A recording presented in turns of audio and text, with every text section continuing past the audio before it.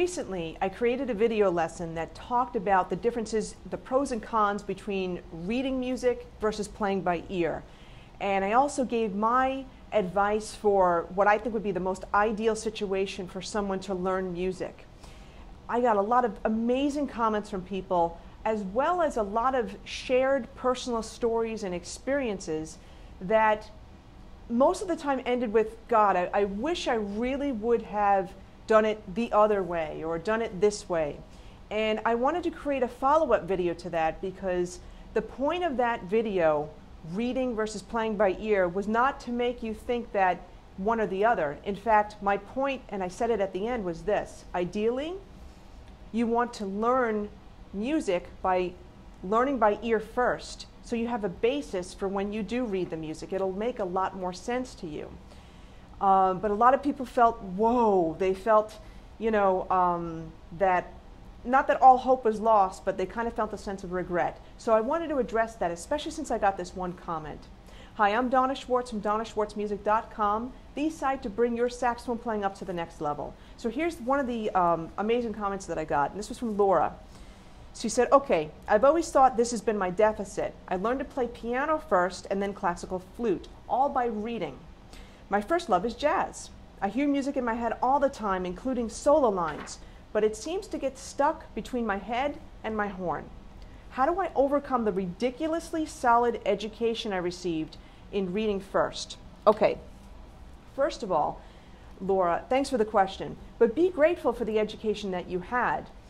It gave you a foundation. Now, granted, you're feeling that it kind of left you missing in certain areas, but you know what? No education is going to be totally 100% complete, okay?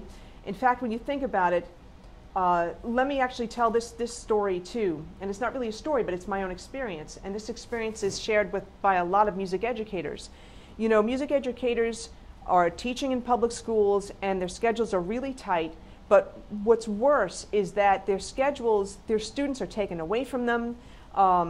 They're given ridiculous timelines to put on a concert, and they feel rushed, and they feel like they have to push their kids, to do things that they're not ready to do.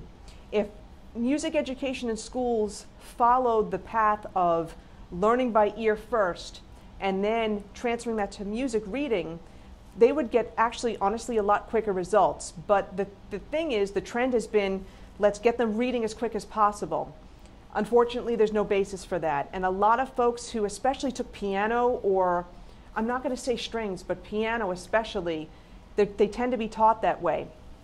And particularly if you play a band instrument and you had no other background, you were taught that way as well. And you may feel like what Laura's feeling. You may have had a good music education background in terms of reading, but not in terms of the ear, playing by ear. And then colleges have to make up for it with the sight singing and the ear training classes. And if you're a music major, you're in those classes and you feel overwhelmed. It's just crazy. So here's the thing. She asked, how do I overcome the ridiculously solid education I received in reading first? You don't need to overcome that. What you need to do is take advantage of that education that you have. Take advantage of it. So when you're now maybe starting to learn things by ear, maybe you're learning chords, chord patterns, melodies, the advantage that you have is when you listen to something, even though you may not totally know what the notes are, you could kind of perceive whether it's major or minor. You could perceive the direction that may be going in.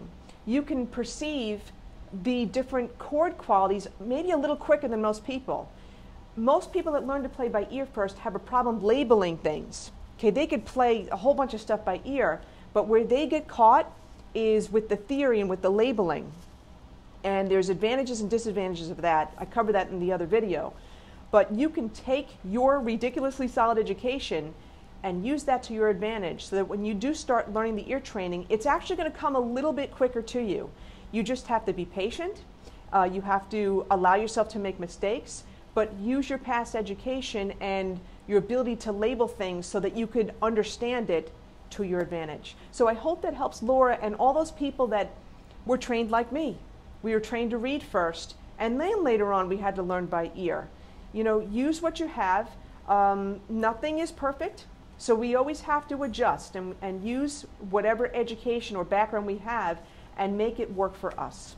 Okay, thanks for joining me. If you like this video, subscribe, click the button, and also check out my website, DonnaSchwartzMusic.com, where you get a whole bunch of great free resources and information. On that note, take care. Have a great day.